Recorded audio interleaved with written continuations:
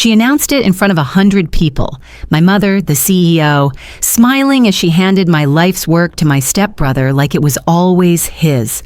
The formula I developed, the research I sacrificed sleep and holidays for, suddenly had his name on it. My name is Veronica Ellis. I'm a molecular biologist, and for years I believed loyalty and hard work were enough. I was wrong. What would you do if your own mother erased you from your legacy? This is not a story about revenge. It's about reclaiming what was mine, with truth and without permission. Tell me, have you ever been silenced by the people who were supposed to protect you? The boardroom was cooler than usual, its glass walls holding back the soft drizzle tapping against the windows. A single cup of coffee sat untouched near the end of the table, its surface rippling slightly each time the air conditioning hummed to life. I recognized the setup immediately. 2 chairs, 1 folder, and my mother's reading glasses perched neatly beside her tablet. I thought it was a performance review.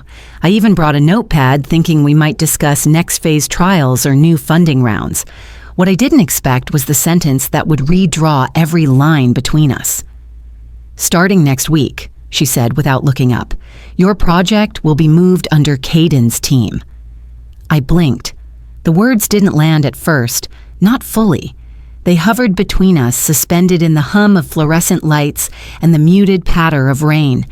I sat down slowly, placing my notepad on the table as if this were still a normal meeting.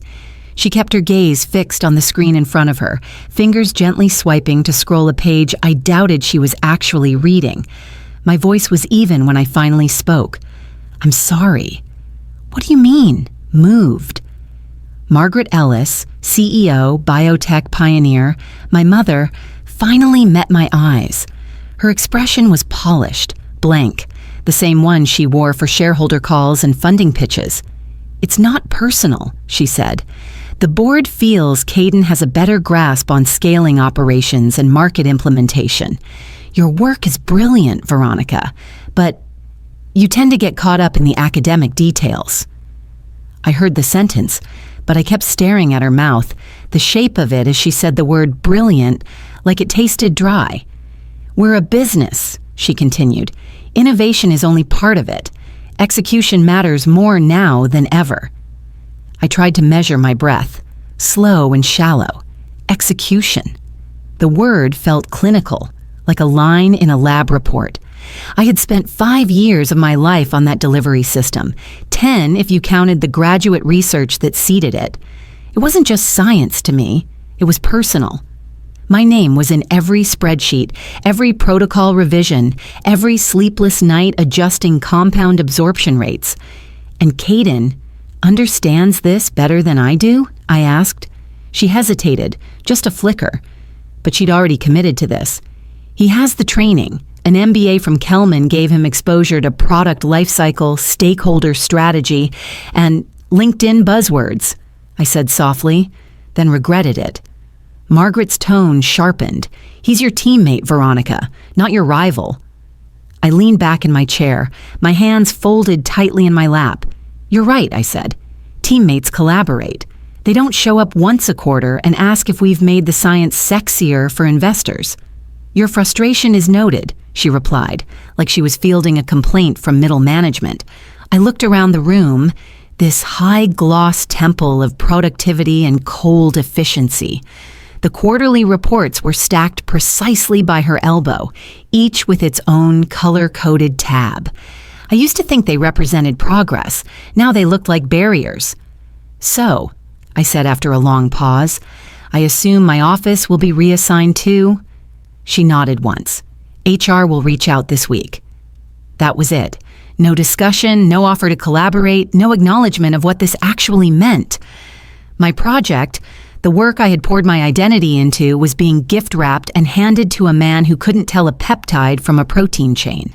I rose carefully, chair legs scraping slightly despite my caution.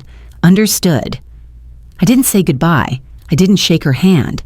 Instead, I turned and walked toward the door, feeling the cold handle bite against my palm. In the hallway, the lighting shifted just enough to throw faint shadows onto the tiled floor. I stopped in front of the photo wall, the same one that had lined our company's hallway for over a decade. There it was, a snapshot from my PhD graduation, her arm around me, our faces flushed with joy. That rare day she showed up not as a CEO, but as a mother. Only now the frame had been split. On the right, a fresh print. Caden in a fitted blazer, arms crossed in front of the lab whiteboard I designed, grinning at the camera like he'd just solved cancer. The juxtaposition was subtle, but devastating. A story rewritten in inches of wall space. Later that night, I sat in my apartment, the soft glow of my desk lamp casting shadows across my living room. The rain hadn't let up. I opened my laptop, its familiar boot-up chime oddly comforting. The folder labeled Plan B wasn't new. I had created it months ago, not out of cynicism, but instinct. The version of my mother I once knew, the one who sat with me over microwaved lasagna in the break room and whispered, "You're going to do things even I never imagined." She'd begun to disappear long before this meeting. Inside the folder were lab logs, protocol versions stored on personal drives, emails confirming after-hours lab access, journal entries with timestamps, and receipts from the equipment I bought with my own grant stipends. Not revenge, just truth, organized. I drafted an email to Jessica Ramos. Subject, it's time. Attachment, Shield 1.pdf, Shield 2.pdf, Shield Timeline XLSX. I hovered over the send button for a breath longer than I expected, not because I was uncertain, but because the moment had weight. It marked the line where hope ended and resolve began. I clicked. Some families hand down china or stories. Mine handed me a research empire and then tried to take it back. But I wasn't finished, not by a long shot. I didn't cry. That seemed to disappoint a few people. Our lab's admin assistant gave me a sympathetic glance when I cleared out my desk. Even the head of HR offered a lukewarm, take time for yourself email like I was leaving on bereavement. But I wasn't mourning. I was documenting. Back in college, I'd once lost a scholarship because a department head said I lacked leadership presence. I didn't protest. I built a new grant proposal, collected 3 letters of recommendation, and submitted it to a national fund. I got it. It paid for my last 2 years. Quiet fire.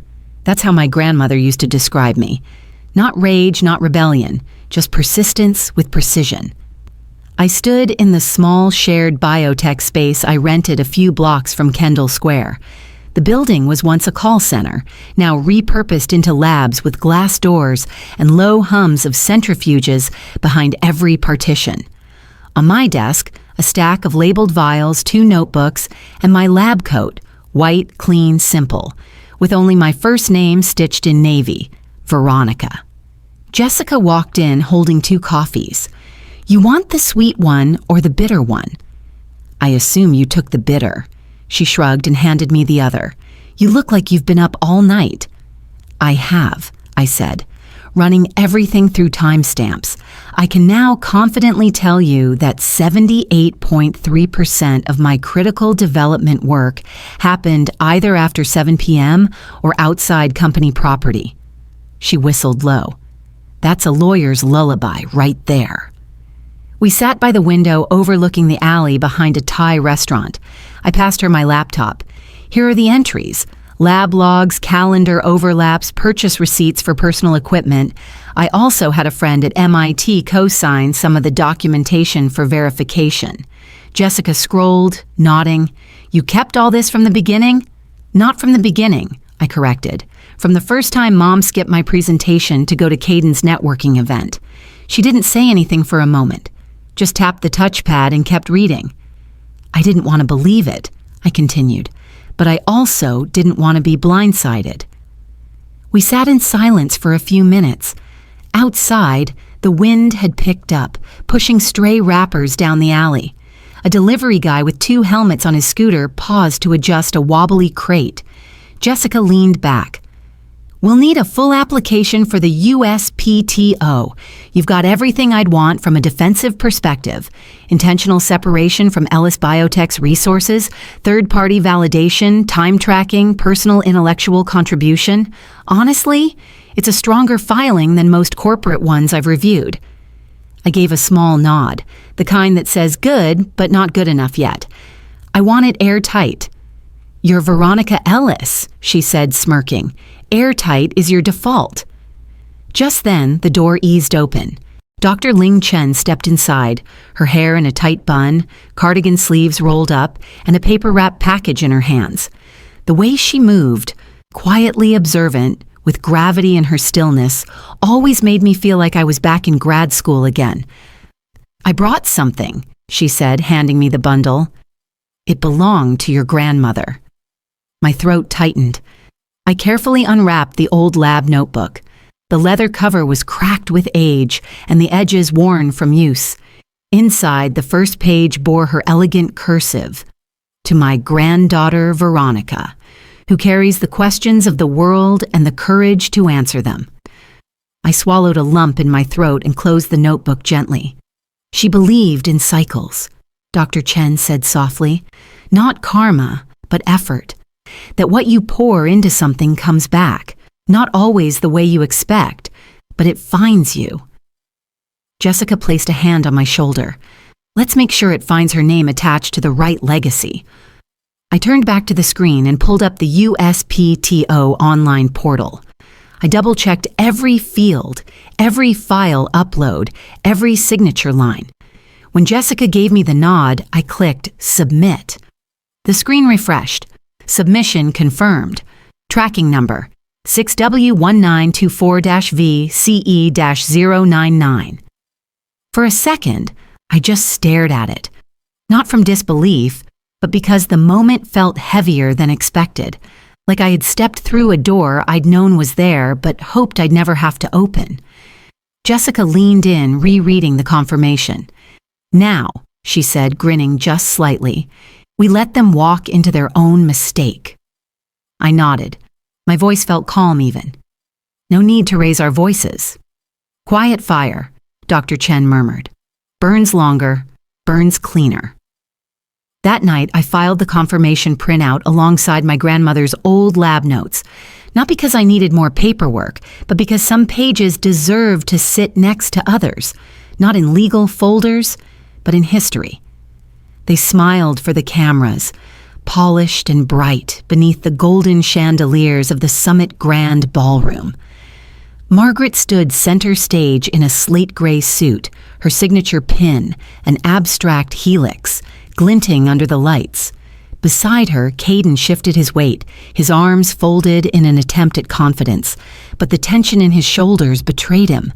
I sat quietly in the back row, just left of the catering station, close enough to smell over-roasted coffee and hotel carpet cleaner. My chair creaked slightly when I leaned forward, though no one turned. I wore a navy blazer, plain slacks, and no name tag. To everyone here, I was just another mid-level attendee. "Ellis Biotech is proud to unveil," Margaret announced, her voice warm and steady, "a breakthrough in targeted delivery systems, one that will reshape how we treat disease at the cellular level." Introducing the Ellis platform. Polite applause rippled through the room. Someone near me murmured, "They've been teasing this for weeks." Margaret gestured to her right. "This wouldn't have been possible without the visionary leadership of our head of strategic development, Caden Pierce." More clapping. Cameras clicked. Caden stepped forward in a freshly pressed lab coat. His first, I was almost certain. The sleeves were a bit too long, the collar still stiff. He looked like a child dressed for career day. "Thank you, Margaret," he began, clicking a slide onto the large screen behind them. "The Ellis platform is built on molecular efficiency, allowing precision drug delivery that targets cell groups without affecting surrounding tissue." He paused, coughed. "The key," he continued, "is receptor-specific targeting, which ensures minimized systemic effects." I watched a woman in the second row tilt her head, blinking slowly. The next slide appeared. an overview of the mechanism. My mechanism. The graphic had been updated with new fonts and corporate branding, but the layout, the icons, even the spacing were mine. It was the slide I'd first used at the internal presentation last fall, the one Mom missed because she said she was meeting with strategic consultants. I reached for my phone and opened a draft email I'd saved earlier that morning. Subject regarding Ellis platform IP to c.jensen@healthtechdaily.com. Body crosscheck patent application number 47B921. Submitted April 2nd. Filed by independent researcher Veronica Ellis. I clicked send. Then I opened a second tab and pinged Jessica. Me. It's live. He's using my visual slide word for word. Jessica. Already drafting the emergency injunction. Sending you a read-only copy to confirm. Me. You'll want to watch the Q&A. Back on stage, Caden was gesturing toward a photo of a test subject's cellular readout. We saw improved concentration in ligand density and efficacy. Someone near the front muttered, "Ligand what?" Another whispered, "Is he reading from cue cards?" Margaret returned to the mic, gently steering the event forward. Of course, no innovation happens in isolation. This platform reflects the collaborative brilliance of our team, integrating data science, clinical expertise, and strategic development. Not one mention of research, not one mention of me. She opened the floor for questions. A journalist in the fourth row stood, pen poised. Did Dr. Veronica Ellis contribute to this project? The question cut through the polite murmur like a needle. Margaret's smile held, but just barely. She was involved in early-stage exploration, she said carefully, but the commercialized version, what you see today, was brought to scale under new leadership. No nod to my design, no credit for the core methodology. She didn't even use the phrase intellectual property. My phone buzzed. Jessica again. Jessica. Submission filed, time-stamped, waiting for USPTO confirmation. From the stage, Caden stepped slightly behind Margaret, his smile faltering as someone handed her a tablet. She glanced at it mid-sentence and blinked, eyes scanning the screen. I watched her inhale slightly, chest rising before she masked it again.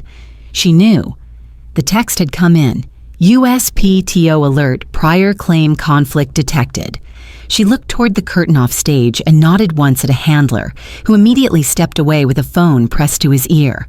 The shift was subtle, but I saw it. I'd been watching her my entire life. A flicker in her posture, the tightness in her jaw. Margaret Ellis was never shaken, but this was not part of her script. I stood, adjusting my coat as I stepped out of the ballroom.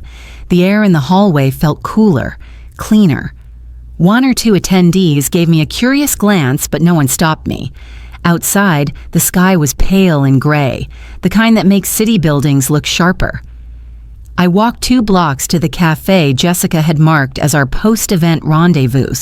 She was already there, laptop open, a croissant untouched beside her coffee. "You saw it?" I asked. She didn't look up. Better than that, they saw it, and the USPTO system flagged their press materials as conflicting with your filing before we even sent the complaint. I slid into the chair across from her. Jessica leaned back, arms crossed. They just tried to sell something they don't own, in public, on record. That's not just a PR problem, that's legal quicksand. I stirred my tea slowly. Public image is just packaging. What matters is the formula inside. Jessica smiled. "That's your mother's line." "I know," I said. "That's why it's satisfying to say it now." The cafe's window reflected the summit banner still fluttering across the street. Innovation starts here. Maybe. But truth? Truth starts with naming what's been taken, and I had just begun. My mother once said, "You don't fight fire with fire, you fight it with facts." So I brought documents, stacks of them. The air inside Ellis Biotech's executive boardroom was cool and tightly sealed, like a courtroom trying not to betray the weight of what was about to be said. The mahogany table gleamed under the overhead lights, perfectly set with polished water carafes and untouched notepads. Glass walls gave the illusion of openness, but everyone inside knew this was where things were buried, not revealed. I arrived precisely on time, Jessica at my side. She carried the file, leather-bound, secure, sealed with a red ribbon for effect, though it wasn't necessary. The facts inside were heavy enough to make a statement on their own.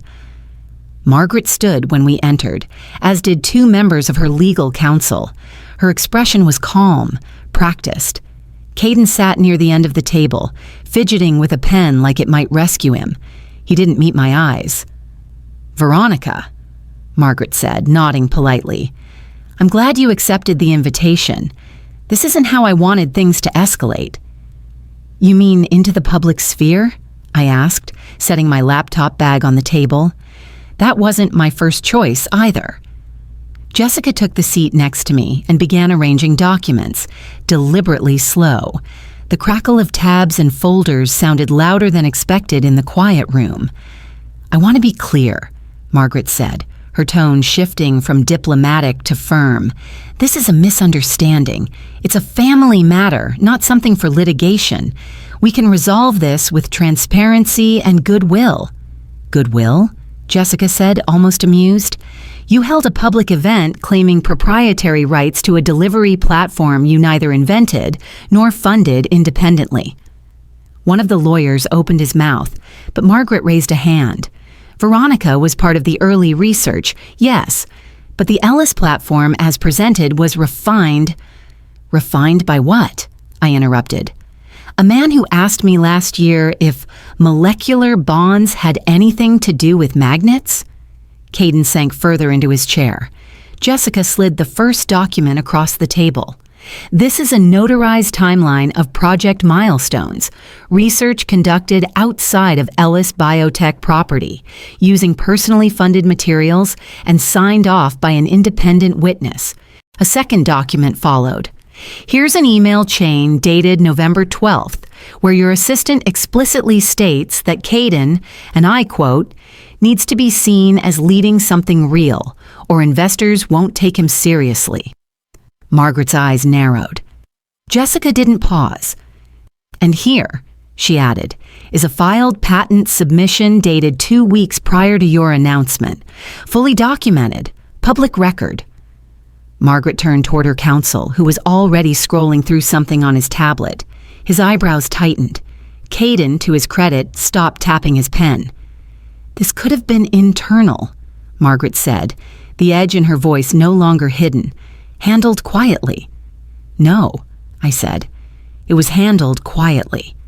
I gave you months to see what was happening, to reconsider how far you were willing to go to protect someone else's illusion. You chose this route." She leaned forward. "You're misinterpreting our intention. Caden's appointment wasn't about merit," I said. "It was about optics. You wanted to show a united family front to boost investor trust. I was inconvenient because I asked questions you didn't want to answer." Jessica's gaze didn't waver.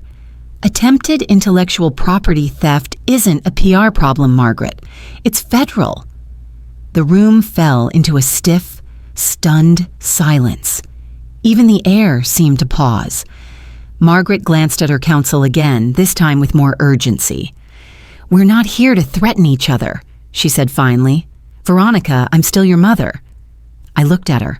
Her face was the same one I used to trace with my eyes as a child, watching her speak at conferences, proud that she was mine, but now I only saw calculation behind the eyes. "You're not the daughter I thought you'd become," she added quietly. I stood, picked up my laptop, met her gaze head on. "That's because I'm not here to be your daughter today," I said. "I'm here to protect my work." As Jessica gathered the remaining papers, Margaret stared down at the single sheet that seemed to shake her most, the USPTO timestamp. The ink wasn't even dry when she tried to claim it, and now the damage was hers to explain. I walked out without looking back. They made their statement. Now it was my turn. On a rainy Thursday morning in April, I clicked publish on a post I'd rewritten more times than I could count. The title was simple: What They Tried to Erase. The words weren't angry, just clear. I laid out the facts like I had in my first lab notebook, methodically, without drama. I told the story from the beginning, not of the scandal, but of the science. The hours spent after midnight pipetting in silence, the whispered guidance of my grandmother, the signatures, timestamps, and late-night tests that no boardroom could scrub away. I didn't name my mother. I didn't have to. By noon, it was everywhere. Retweeted by women in STEM networks, LinkedIn thought leaders, former professors, and biotech bloggers who remembered my earliest conference talks. My inbox filled with subject lines like, "Thank you for speaking up," and "You are not alone." Jessica poked her head into my office at the shared lab. The comments section is overwhelmingly in your favor. I looked up from the lab bench where I was checking cultures. "Any trolls yet?" She smirked. "Oh, there's one guy arguing the platform wasn't that groundbreaking to begin with." "Ah," I said. "The classic, if it's hers, it must not be valuable defense." Exactly. The next day, Dana from Women in STEM Weekly reached out. "We don't just want to cover your story," she said. "We want your voice." I hesitated. I didn't like speaking on camera. I preferred pipettes to microphones, but I knew why it mattered. Not just for me, but for the women watching from the wings, still being told to stay quiet, to wait their turn. We recorded in the new lab. The podcast team kept things simple. Just a mic, a couple of lights, and a tea kettle humming in the background. Jessica made sure the legal lines were intact. Dr. Chen brewed jasmine and sat off camera, watching with the calm focus of someone who'd lived enough revolutions to know when one was starting. Dana opened with a warm smile. "Veronica, thanks for doing this. I want to start with your grandmother." I smiled, for real this time. She taught me that science was never about the spotlight. It was about curiosity and keeping your hands clean even when others didn't. We talked about late nights in the co-working lab, about the click of the USPTO submission button and what it felt like to choose truth over comfort. I explained the timeline, the separation from company equipment, the day I walked out of Ellis Biotech with my head held higher than when I'd entered. "What was the hardest part?" Dana asked gently. "Knowing my mother wasn't just ignoring me. She was erasing me," I said. "But this isn't about revenge. It's reclamation, not just for me, for every woman who's been edited out of her own work." The episode went live 2 days later and quickly hit the top of the science podcast charts. Meanwhile, Ellis Biotech scrambled. Margaret attempted her own damage control, a carefully worded statement on the company blog citing collaborative innovation and internal restructuring. But when asked by a health tech reporter to explain the delivery vector model, she confused it with a blood transport system. The clip was shared on Twitter with the caption, "When you inherit the spotlight but forget the science." Caden tried his hand at defending the company's stance in a live-streamed investor call. He stumbled over questions about the platform's receptor targeting. He mispronounced pharmacokinetics. At one point, he claimed they'd tested with cellular samples from mice kidneys, only for a researcher on the call to point out that the trial phase hadn't reached animal testing yet. The board received a formal letter from the FDA 3 days later, an ethics review, full audit pending. That evening, I returned to the lab and found a box on my desk. Inside was a plaque, my name, the date, and the USPTO claim number, 47B921. Jessica had it custom made. I didn't hang it up right away. I just traced the engraving with my finger, quietly letting the weight of it settle. The following morning, the news broke. USPTO statement. Veronica Ellis is the sole independent inventor of the delivery platform previously referred to as the Ellis platform. Supporting documentation has been reviewed and validated. Claim is final and binding. I sat in the break area with Dr. Chen when the news alert pinged across our phones. "Now it's history," she said, pouring tea into chipped mugs. I'm not sure what to feel, I admitted. That's because your story isn't over, she replied. It's just yours again. That night, after everyone had gone home, I stood alone in the lab. The new microscopes had arrived. A grant proposal was half written on my laptop. The air smelled like fresh circuits and possibility. My phone buzzed with a voicemail. The caller ID made me stop. Margaret Ellis. I let it go to voicemail. Listened to the message with steady hands. Veronica, it's me. I don't know where to start. I know what I did. I know how it looks. But this wasn't what I meant to happen. Can we talk? Just you and me, not about the company, about us. There was a pause. I miss you. Please. She hung up. I stood there for a long time. I hadn't burned the bridge, but I had chosen a different path. And this time, the foundation was mine.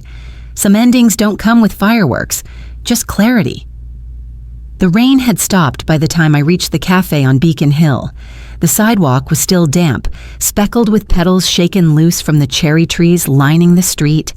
Inside, the air smelled of cardamom and citrus peel, soft jazz humming beneath the clink of teacups and laptop keys. I chose the table by the window, where the light hit warm and clean. Margaret arrived late, which surprised me more than it should have. Punctuality had always been part of her armor. She looked smaller than I remembered. Her suit was neat but not pressed, her heels scuffed. For the first time, she didn't carry a tablet or a leather folder, just herself. She sat across from me slowly, as if expecting the chair to give out. "Thank you for meeting me," she said, voice low. I nodded. "You asked." She wrapped her hands around a porcelain mug, fingertips pale against the ceramic. I've rehearsed what to say, but it all sounds thinner now, out loud.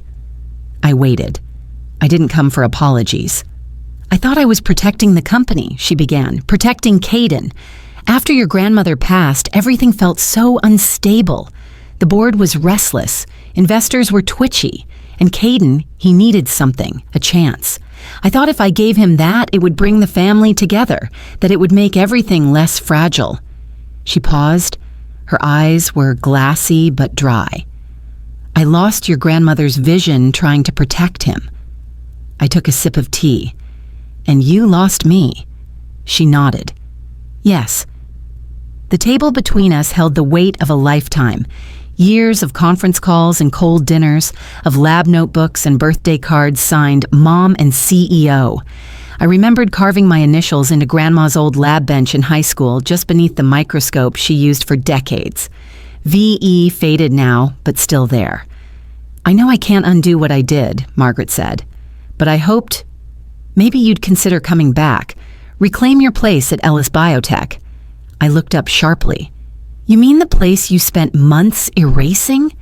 She flinched. "I mean a new one, clean slate, yours to define." I breathed in slowly. The tea had gone cold. "You built a legacy on your terms," I said. "Now it's my turn." There was no anger in my voice, just finality. She didn't press further, maybe because she already knew the answer, or maybe because, for the first time, she understood it wasn't hers to shape anymore. We parted without hugging. No promises. Just an unspoken acknowledgement that something had ended and something else, something quieter, had begun. The FDA clearance came through on a Friday.